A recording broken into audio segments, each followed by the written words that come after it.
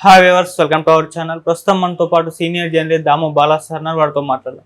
నమస్కారం సార్. నమస్తే సార్, జగన్మోహన్ రెడ్డి గారు సిద్ధం సభలో చూసుకుంటే టీడీపీ పైన అండ్ జనసేన పైన విమర్శలు అయితే గట్టిగానే చేస్తున్నారు సార్. అదొక ఫ్యాన్ డైలాగు ఇప్పటికీ సోషల్ మీడియా సర్క్యులేట్ అవుతుంది. అసలు ఏం చెప్పారు ఆయన సిద్ధం సభలో? మరి ఆయన చెప్పిన ఫ్యాన్ కొటేషన్కి మరి రియాక్షన్స్ ఎలా ఉన్నాయి సార్? యాక్చువల్గా నిన్న రాప్తాడ్లో జరిగిన సిద్ధం సభ అంతకుముందు భీమిలి దెందులూరులో జరిగిన దానికంటే కూడా పెద్ద ఎత్తున చేశారు.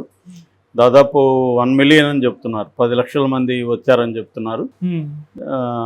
దాన్నేమో మిగతా తెలుగుదేశం మీడియా ఇదంతా గ్రాఫిక్స్ అని చెప్తుంది. ఏదేమైనా జనమైతే ఎక్కువ వచ్చినట్టుగానే కనబడుతుంది. ఎందుకంటే 52 నియోజకవర్గాలు రాయలసీమలో ఉంటే అన్ని నియోజకవర్గాల నుంచి తరలించారని మళ్ళీ తెలుగుదేశం మీడియా కూడా చెప్తుంది.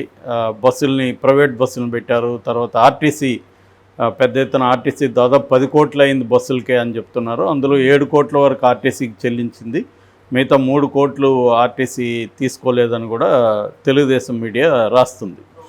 అట్లాగే స్కూల్ బస్సులు ఇవన్నీ పెట్టి పెద్ద ఎత్తున అయితే చేశారు. అట్లాగే ఈసారి జగన్ మామూలుగా ప్రతిసారి కూడా సిద్ధం సభల నుంచి జగన్లో వ్యూహాల్లో మార్పు వస్తున్నట్టు కనబడుతుంది. నేను మొన్న కూడా ఒక వీడియోలో చెప్పాను. అదేంటంటే యూత్ ఓటర్స్ బాగా పెరుగుతున్నారు. దాదాపు కొత్తగా ఇప్పుడు 2024 ఎన్నికలకి 70 లక్షల మంది యూత్ ఓటర్స్ జాయిన్ అవుతున్నారు. అట్లాగే మన వాలంటీర్స్ కానీ, తర్వాత గృహ సారథులు వీళ్ళంతా కూడా యూతే కాబట్టి వాళ్ళని అడ్రస్ చేయడానికి జగన్ కూడా కొంత యూత్కి కనెక్ట్ అయ్యే విధంగా మాట్లాడడానికి అతను మార్చుకుంటున్నట్టుగా అర్థమవుతుంది. అంతకుముందు ఎక్కువగా మహిళలను, అవాతాతలను వీళ్ళని అడ్రస్ చేసేవాడు. ఇప్పుడు ప్రధానంగా యూత్ని అడ్రస్ చేస్తున్నాడు. ఎందుకంటే వీళ్ళకి ఒక మెసేజ్ ఇవ్వడం, ఒక డైరెక్షన్ ఇవ్వడం అనేది చేస్తే వీళ్ళెళ్ళి గ్రామాల్లో తన ఎట్లా ఓటర్స్ని ఇన్ఫ్లుయెన్స్ చేయాలి ఏందనేది తను ఒక డైరెక్షన్ ఇస్తున్నాడు వాళ్ళకి. సో అందువల్ల భీమిలి దగ్గర నుంచి, సిద్ధం సభల దగ్గర నుంచి కూడా జగన్ మాట్లాడే ధోరణిలో మార్పు వచ్చింది. ఇంతకుముందు మొత్తం చూసుకొని మాట్లాడేవాడు, ఇప్పుడు కొద్దిగా అప్పుడప్పుడు చూస్తున్నా కూడా ఎక్స్టెంపరస్గా మాట్లాడడానికి ట్రై చేస్తున్నాడు. యూత్ని ఇంప్రెస్ చేయడానికి కూడా ట్రై చేస్తున్నాడు. అందువల్ల కొన్ని క్యాచ్ వర్డ్స్ పట్టుకోవడం, తర్వాత జనాలకు సులభంగా అర్థమయ్యే విధంగా ఎగ్జాంపుల్స్ ఇవ్వడం, ఇట్లాంటివి చేస్తున్నాడు.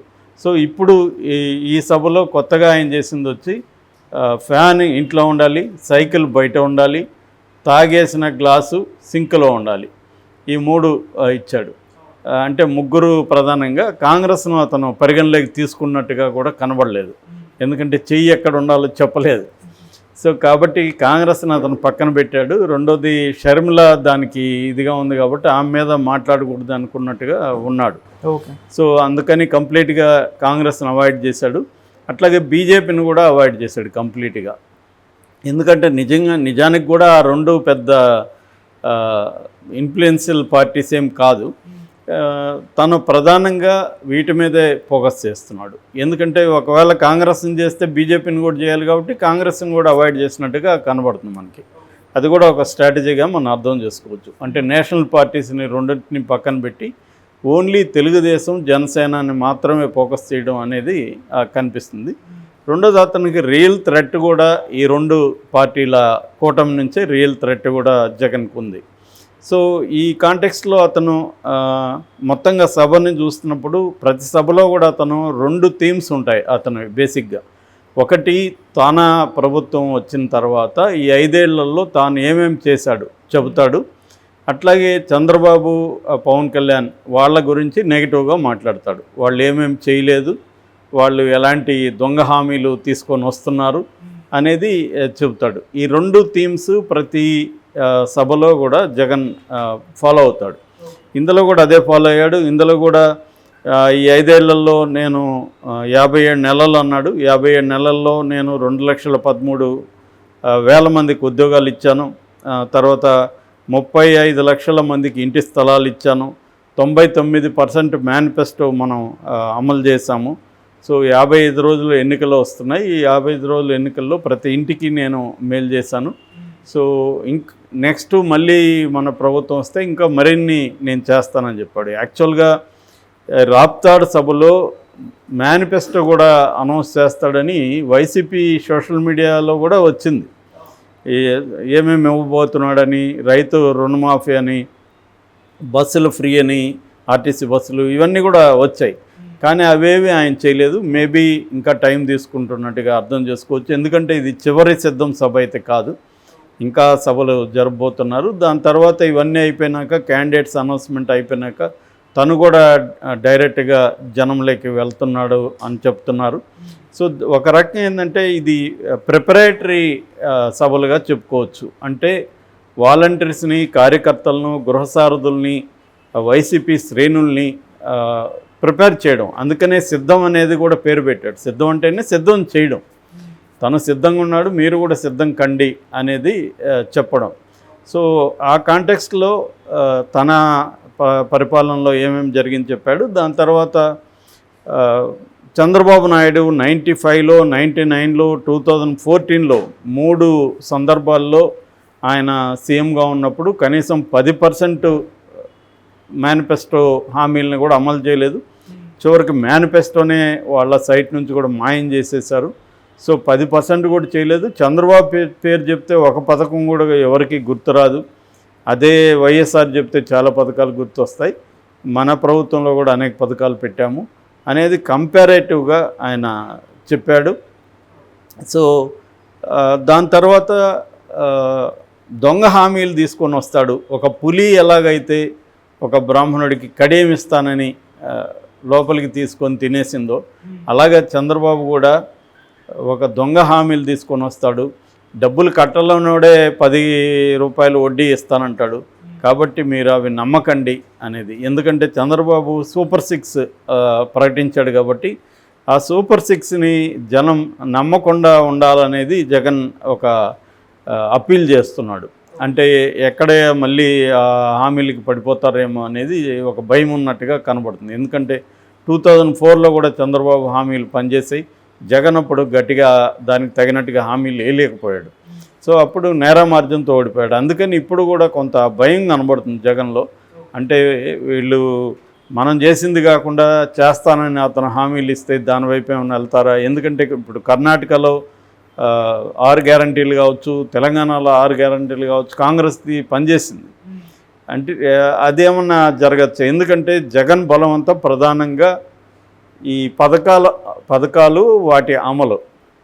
మిగతా విషయాల్లో జగన్కి అన్ని మార్కులు పడట్లేదు. కానీ ఇవి గట్టిగా ఒక సెక్షన్ ఆఫ్ పీపుల్కి గట్టిగా తగిలాయి. కాబట్టి చంద్రబాబు కూడా ఇప్పుడు అదే అభివృద్ధి అని ఎంత చెప్తున్నా మళ్ళీ సంక్షేమాన్ని నమ్ముకోవాల్సిన పరిస్థితి చంద్రబాబుకి పవన్ కళ్యాణ్కి కూడా ఏర్పడింది. పవన్ కళ్యాణ్ కూడా ఆ మధ్య మేము కూడా పథకాలన్నింటినీ కంటిన్యూ చేస్తూ ఉంటున్నాడు. చంద్రబాబు నేను ఇంకా ఎక్కువ ఇస్తాను అంటున్నాడు. అది కూడా కంపేర్ చేశాడు జగన్. నేను ఇస్తున్న పథకాలకి 55,000 కోట్లు అవుతే సంవత్సరానికి, చంద్రబాబు చెప్తున్న పథకాలకి 1,00,000 కోట్లు అవుతుంది. దాన్ని ఎక్కడి నుంచి తెస్తాడు అనేది కూడా క్వశ్చన్ చేస్తున్నాడు. ఎందుకంటే గతంలో చంద్రబాబు కానీ తెలుగుదేశం మీడియా కానీ ఏం చేశాయి? జగన్ ఇస్తున్న పథకాల వల్ల ఆంధ్రప్రదేశ్ శ్రీలంక అయిపోతుంది అని విపరీతంగా ప్రచారం చేశారు. అలాంటప్పుడు మేము పథకాలు ఇవ్వము అని చెప్పాలి కదా. కానీ అదే చెప్తున్నారు ఇప్పుడు. మళ్ళీ వీళ్ళు ఎక్కడ తెస్తారు? మళ్ళీ వీళ్ళు కూడా అప్పు చేయాల్సిందే కదా. సో ఇదేంటంటే రాజకీయ పార్టీలు అధికారంలో ఉన్న పార్టీ ఒక రకం మాట్లాడినప్పుడు లేని పార్టీ ఇంకొక రకం మాట్లాడుతుంది. సో వచ్చాక పెద్ద డిఫరెన్స్ ఏమి ఉండదు నిజానికి. ఎందుకంటే అదే సంక్షేమం అందరూ ఫాలో అవుతున్నారు. ఆ మోడలు ఒక పథకాలు అటు ఇటు పేర్లు మారచ్చు, అటు ఇటు ఉండొచ్చు తప్ప బేసిక్ ఎసెన్స్లో తీసుకుంటే ప్రతి పొలిటికల్ పార్టీ ప్రజల్ని ఏదో రకంగా మాయ చేసి పథకాలు ప్రకటించి ఓట్లు వేయించుకోవాలన్న ధోరణి కనబడుతుంది తప్ప లాంగ్ టర్మ్లో ప్రజల్లో ఉండే అసమానతల్ని ఎట్లా తొలగించాలి, ప్రజల్లో ఎంప్లాయ్మెంట్, లైవ్లీహుడ్ వీటిని ఎలా పెంచాలి అనే దానికంటే కూడా టెంపరీగా పథకాలు ప్రకటించి పబ్బం గడుపుకునే విధంగానే అన్ని పార్టీలు కూడా ఉన్నాయి. ఇక్కడ ఏ పార్టీకి ఏమీ డిఫరెన్స్ లేదు. కాకపోతే అమలు విషయంలో కొంత డిఫరెన్స్ కనబడుతుంది. ఏ పార్టీ ఎంత సిన్సియర్గా అమలు చేస్తుంది. రెండోది లీకేజెస్ లేకుండా ఒక పథకాన్ని అనౌన్స్ చేసినప్పుడు లీకేజెస్ లేకుండా ఎలా ఉంటుంది? గతంలో మనకి మన జన్మభూమి కమిటీలు ఉన్నప్పుడు ఈ లీకేజెస్ పెద్ద ఎత్తున ఉన్నాయి. జగన్ వాటిని కంట్రోల్ చేయగలిగాడు. అది కొంతవరకు జగన్కి ప్లస్ అయింది. సో ఈ కాంటెక్స్లో ఈ సిద్ధం సభ అనేది వాళ్ళ దృష్టిలో అయితే సక్సెస్ అయింది, తెలుగుదేశం దృష్టిలో అయితే అది ఫెయిల్ అయింది ఓకే. ఎప్పట్లాగే.